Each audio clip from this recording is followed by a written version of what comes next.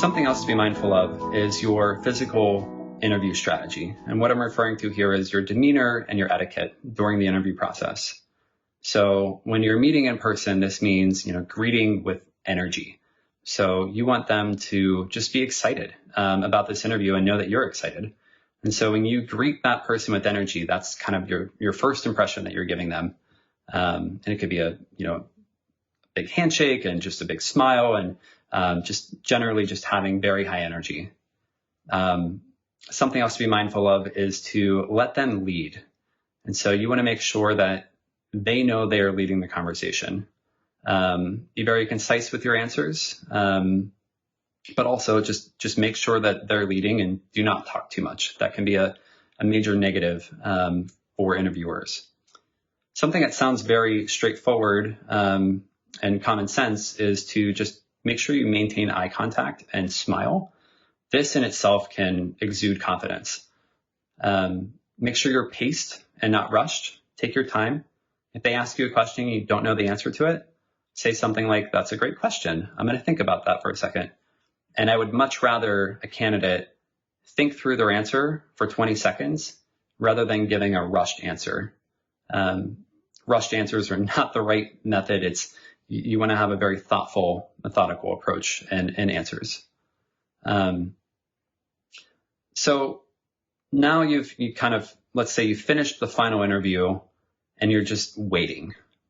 A lot of people will follow up with an email saying, "Thank you.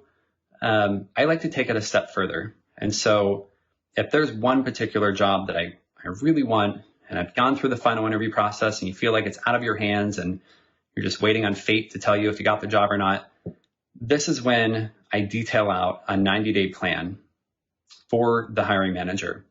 And so instead of sending just a thank you note, I follow up typically the next day after my final interview with a thank you note plus hey, this is my 90-day plan, and this is what I plan on accomplishing.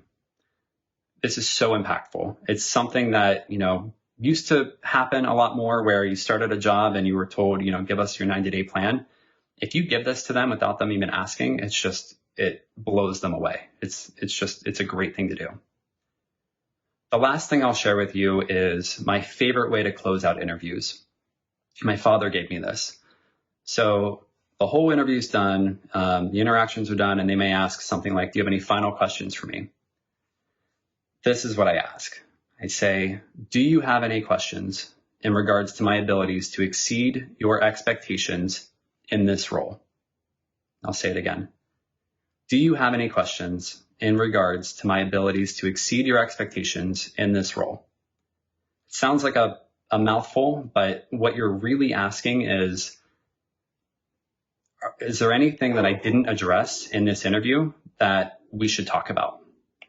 And so let's say they have a concern that they never brought up in the interview. They may talk about it there. And it really gives you an opportunity to